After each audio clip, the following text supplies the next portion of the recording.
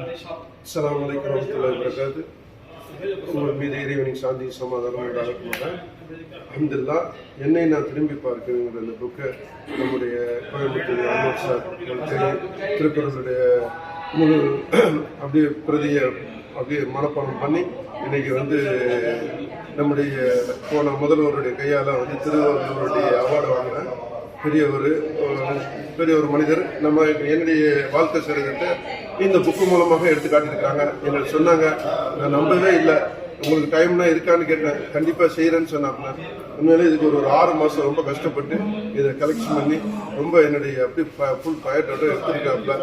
இதை ஒவ்வொருத்தரும் படிக்கணும். படித்து இது நான் இன்ஷா அல்லாஹ் வருகிற 29/12 நான் குவைத்தில் என்னுடைய விழா அந்த சிபிஎஸ்சி பெரிய விழாவில் வெளியாக்குறேன்.